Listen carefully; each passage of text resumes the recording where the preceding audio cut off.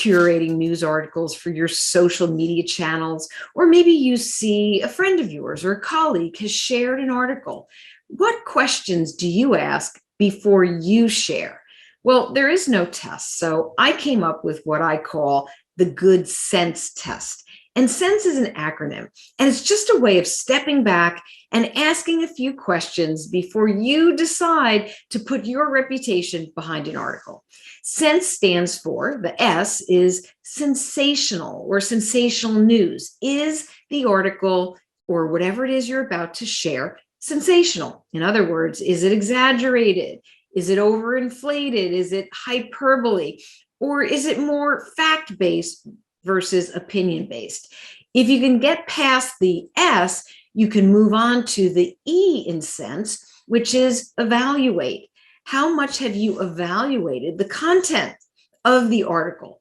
For example, when you look at the body of the article, do the messages within the body actually match the headline? If the headline says one thing and the body says something else, well, that could be clickbait.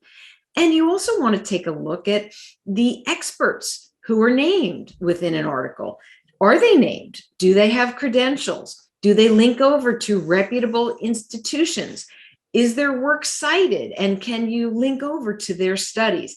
These questions are what you can ask so that you can get to the next part of the test, which is N, the numbers. Ask yourself, are the numbers accurate and specific? Or are they very vague? And are the numbers outliers? If there's research out there and you see a statistic that's way outside of the range, you're going to want to take a closer look and to maybe corroborate that particular research study or that statistic.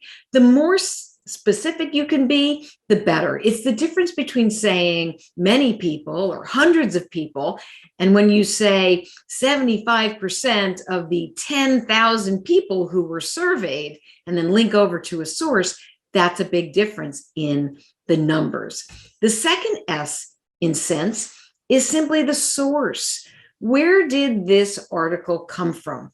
Did you check the website, the news media outlet? And I'll tell you why, because sometimes there's fake sources and there's real sources, and you can even tell just by the URL. Wikipedia has an entire list of fake news sites. So for example, abcnews.go.com is a real news site, but abcnews.com.co is fake. Most sites with a .co, that's a news site, they're not real. So make sure you look at the source, as this is an important part of your test.